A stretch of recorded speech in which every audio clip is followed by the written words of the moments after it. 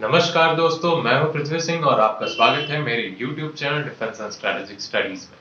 आज के इस वीडियो में हम बात करेंगे यूजीसी नेट जेआरएफ से संबंधित परीक्षा के बारे में।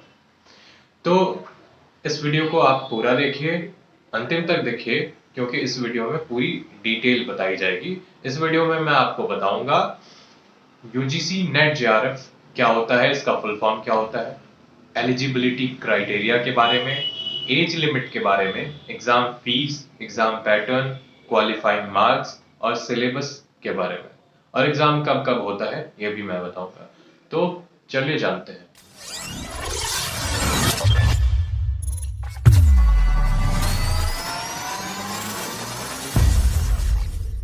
सामान्यतः जो भी छात्र रिसर्च करना चाहते हैं, एसोसिएट प्रोफेसर बनना चाहते हैं या फिर प्रोफेसर बनना चाहते हैं, उन सभी छात्रों को नेट जेआरएफ की एग्जाम देनी पड़ती है और इसे क्वालिफाई करना पड़ता है। तो अब जानते हैं नेट जेआरएफ होता क्या है। नेट का फुल फॉर्म होता है नेशनल एलिजिबिलिटी टेस्ट, और जेआरएफ एक प्रकार की रिसर्च फेलोशिप होती है जो आपको भारत सरकार के द्वारा फेलोशिप दी जाती है ताकि आप रिसर्च कर सकें। जेआरएफ का फुल फॉर्म होता है जूनियर रिसर्च फेलोशिप। तो बेसिकली नेट जेआरएफ के एग्जाम दो आयोग द्वारा कराए जाते हैं। पहला CSIR यानी council of science and industrial research, और दूसरा यूजीसी यानी यूनिवर्सिटी ग्रांट्स कमीशन। इस एग्जाम को नेशनल टेस्ट एजेंसी यानी NTA कंडक्ट कराती है। बात करें एलिजिबिलिटी क्राइटेरिया की, तो जो भी छात्र नेट जेआरएफ का एग्जाम देना चाहते हैं उनके लिए minimum eligibility criteria post graduation होती है। आप किसी भी सब्जेक्ट से पोस्ट ग्रेजुएशन आपने किया है तो आप इस एग्जाम को दे सकते हैं। इसमें पोस्ट ग्रेजुएशन में मिनिमम मार्क्स 55% होने चाहिए और रिजर्व कैटेगरी के स्टूडेंट्स को 50% मार्क्स होने अनिवार्य हैं। यदि आप किसी भी विषय से पोस्ट ग्रेजुएट हैं तो आप इस एग्जाम को दे सकते हैं। इसके अलावा बात करें एज लिमिट की, तो इस एग्जाम को देने के लिए कोई एज लिमिट नहीं होती है, लेकिन यहाँ पे कुछ कंडीशन होती है जेआरएफ के लिए, क्योंकि यहाँ पे फेलोशिप 30 साल तक के एज वाले छात्रों को ही दी जा सकती है।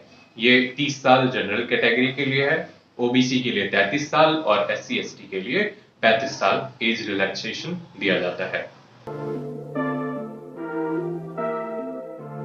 एग्जाम फीस की बात करें तो जनरल के लिए 1000 रुपए, ओबीसी के लिए 500 रुपए और SC/ST के लिए 250 रुपए निर्धारित की गई है। अब बात करें एग्जाम पैटर्न की, तो ये एग्जाम पूरी तरीके से ऑनलाइन मोड में होता है। ये CBT बेस्ड ऑनलाइन एग्जाम होता है, यानी कंप्यूटर बेस्ड टेस्ट होता है। इसमें दो लैंग्वेजेस आपको सेलेक्ट करने के लिए ऑप्शन दिए जाते हैं, हिंदी और इंग्लिश। आप दोनों में से किसी एक भाषा को चुन के एग्जाम में को दे सकते हैं। इसमें जो प्रश्न पूछे जाते हैं वो ऑब्जेक्टिव टाइप क्वेश्चंस होते हैं, यानी बहुविकल्पीय क्वेश्चन होते हैं, और इसमें 4 आपको ऑप्शंस दिए जाते हैं। आप सही जवाब चुनकर अपना उत्तर दे सकते हैं। इसके अलावा इसमें कोई भी माइनस मार्किंग नहीं होती है, किसी भी प्रकार की माइनस मार्किंग नहीं होती है। अगर आप किसी प्रश्न का गलत उत्तर भी देते हैं तो आपका कोई भी नंबर नहीं कटता है। इसका जो टाइमिंग होता है वो 3 घंटे का ये एग्जाम पूरा होता है, जिसमें 2 पेपर आते हैं। नेट जेआरएफ की परीक्षा में हमेशा आपको 2 पेपर देने होंगे। पेपर 1 जो कॉमन होता है वो सारे सब्जेक्ट्स के लिए सेम ही होता है, टीचिंग एप्टीट्यूड का पेपर होता है, और पेपर 2 जो आपके सब्जेक्ट से रिलेटेड होता है, जिस सब्जेक्ट से आपने पोस्ट ग्रेजुएशन किया है उसका वो परीक्षा होता है।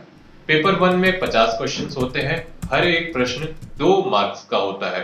तो पेपर 1 कुल मिलाकर टोटल मार्क्स 100 नंबर का होता है, और पेपर 2 में 100 प्रश्न होते हैं जो 200 मार्क्स के होते हैं। तो टोटल देखा जाए तो इस एग्जाम का टोटल मार्क्स 300 नंबर का होता है, जो 3 घंटे में लिया जाता है। नेट जेआरएफ का जो सिलेबस होता है उसमें 2 पेपर होते हैं। पेपर 1 जो सबके लिए कॉमन होता है, इस पेपर 1 के सिलेबस के बारे में मैं अपने अगले वीडियो में सेपरेट वीडियो बनाऊंगा, आप जाके उसको देख सकते हैं। और जो पेपर 2 का सिलेबस होता है वो आपके सब्जेक्ट से रिलेटेड होता है, जैसा कि मैंने आपको पहले ही बता दिया है। आप जिस भी विषय से पोस्ट ग्रेजुएट हैं वही सब्जेक्ट आपको पेपर 2 में पूछे जाएंगे। इसके लिए आप कमेंट बॉक्स में बताएंगे, अगर आपको जानना होगा तो मैं उस पर भी एक सेपरेट वीडियो बता दूंगा। अब बात करें क्वालिफाइंग मार्क्स की, तो क्वालिफाइंग मार्क्स 2 चीजों पे बेस्ड होता है। पहला कट ऑफ, जब कट ऑफ पे निर्भर करता है कि क्वालिफाइंग मार्क्स क्या होंगे, और दूसरी चीज जो होती है वो सीट की उपलब्धता होती है, सीट्स कितनी होती है उस हिसाब से कट ऑफ का निर्धारण होता है, और कट ऑफ के निर्धारण के बाद आपका क्वालिफाइंग मार्क्स डिसाइड होता है। और जो मिनिमम क्वालिफाइंग मार्क्स जो होता है वो जनरल कैटेगरी के लिए 40% होता है, और ओबीसी, एससी और एसटी के लिए 35% होता है। जो कट ऑफ आते हैं उसमें जो टॉप रैंकर्स होते हैं उनको जेआरएफ दी जाती है, और इसके साथ ही फेलोशिप के साथ स्टिपेंड दिया जाता है, और ये एक प्रकार का स्कॉलरशिप होता है जो आपको रिसर्च करने के लिए दिया जाता है। इसके बाद हम बात करें कि यूजीसी जो है वो इस एग्जाम को कितने बार कराती है और कब कब कराती है।